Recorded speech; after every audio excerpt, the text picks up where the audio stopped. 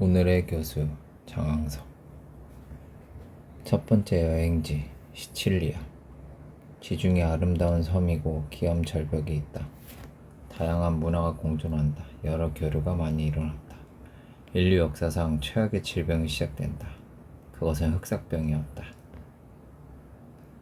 14세기, 17세기 유행한 흑사병. 메시나항을 통해 유럽에 퍼졌다. 2, 3년 안에 유럽 전역이 퍼졌다. 그 죽음의 배는 어디서 왔는가? 카파라는 곳에서 시작되었다. 카파를 차지하려고 몽골이 침입하는데 그 몽골군이 페스트균에 전염되어 있었다. 3년이라는 오랜 전쟁 동안 지친 몽골군이 퇴각하면서 페스트균에 걸린 시체나 동물을 투석기를 이용해 카파 성 안으로 던졌다. 그렇게 카파 성안 곳곳이 페스트균에 의해 전염되었고 카파 성에서 도망쳐 나온 사람들의 배가 메시나항으로 갔던 것이다. 그들은 배 안에서 죽어갔고 그 유령의 배가 시칠리아 항구에서 발견되었다. 그 당시 사람들 입장에서는 페스트라는 병은 엄청난 공포였다. 페스트의 감염 경로는 어떻게 되는 걸까?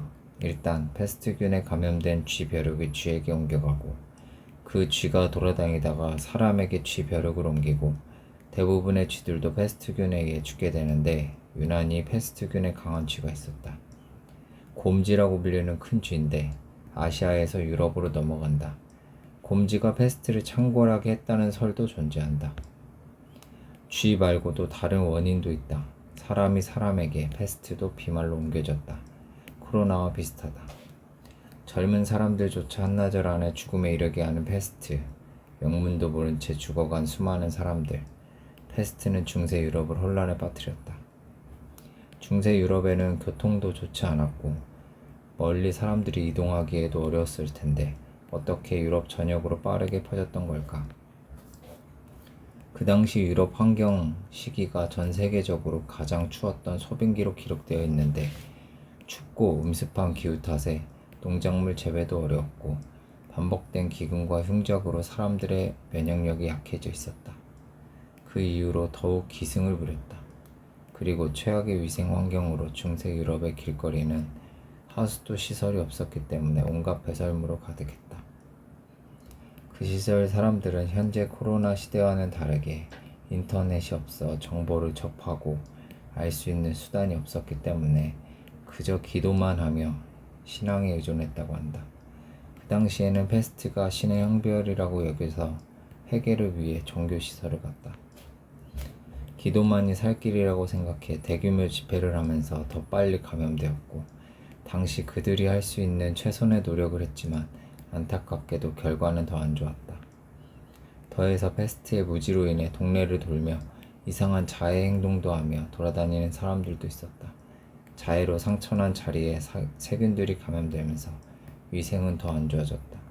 제대로 먹지도 쉬지도 못하면서 더 나빠진 건강까지 페스트에 더욱 취약할 수밖에 없었다.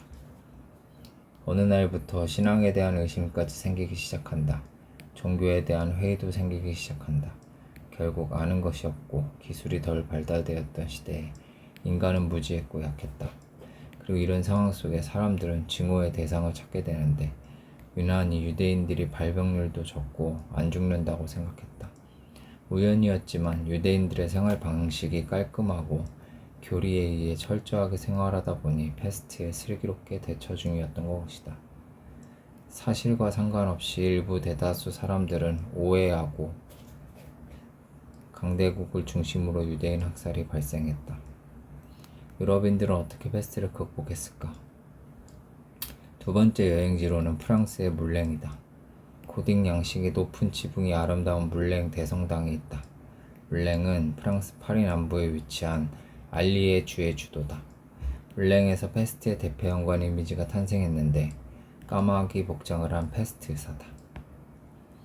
이 시대 의사들이 페스트에 맞서 제작한 방호복은 대부분 가죽으로 덮어져 있고 통째로 이어져 있으며 부리처럼 생긴 부분에 향료, 허브, 식초 등을 넣어 소독 역할을 했다.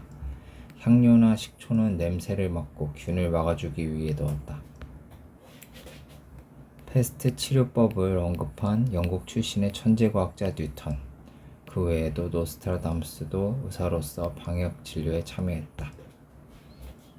독이 약이 될 수도 있고 약이 독이 될 수도 있다. 용량이 약을 결정한다. 패스트가 만연하던 시대의 일화. 패스트 걸린 사람들의 집을 노린 도둑들이 환자 집에 드나들면서도 패스트에 전염되지 않았는데 그 이유는 뭘까? 도둑들은 식초를 온몸에 바르고 먹기까지 하고 도둑질하러 들어갔다고 전해진다. 식초의 약산성 물질은 약간의 살균 효과를 발휘한다. 요즘 현대에서 알코올 세정제를 쓰면 된다. 그 옛날에는 세정제가 없었기 때문에 유용했을 것이다. 그리고 나서 100여 년이 지난 17세기 이후로 환경이 개선되었고 패스트로 인해 유럽 인구가 많이 줄어들면서 물자도 상대적으로 풍부해지고 그러면서 자연스럽게 영양 상태도 개선되었다. 그 외에도 여러 요인이 작용해서 패스트가 종식되었다. 패스트로 인해 중세 유럽 시대에 변화가 일어나는데 첫 번째로 기독교 쇠퇴, 두 번째로 봉건제도 쇠퇴, 그리고 농민들이 많이 죽고 생산할 사람이 없으니 농민들의 임금이 상승하게 되고 농민들도 부를 쌓기 시작한다. 소작농에서 자작농이 되고 그리고 더 커져서 지주가 된다. 그리고 농업 형태가 바뀐다. 이전에는 밀농사, 쌀농사에서 상대적으로 손이 덜 가는 포도를 재배한다. 그러면서 와인 산업이 급성장한다. 그리고 농노들이 자기 자신의 가치를 인식하기 시작한다. 인본주의가 싹튼 계기가 된다. 패스트를 거치며 인간 중심의 새로운 사고와 자연에 대해 파헤치기 시작했고 신에 의존하기보다는 정치, 과학, 예술 등 다방면에서 함께 부흥하기 시작한다. 이게 르네상스의 시작이었다. 어떤 어려움도 극복을 잘하고 나면 완전히 새로운 세계가 열리고 반전이 일어나듯이 현재의 위기도 함께 극복해 나간다면 패스트 이후의 세상처럼 우리도 그렇게 좋은 날을 맞이할 수 있을 것이다.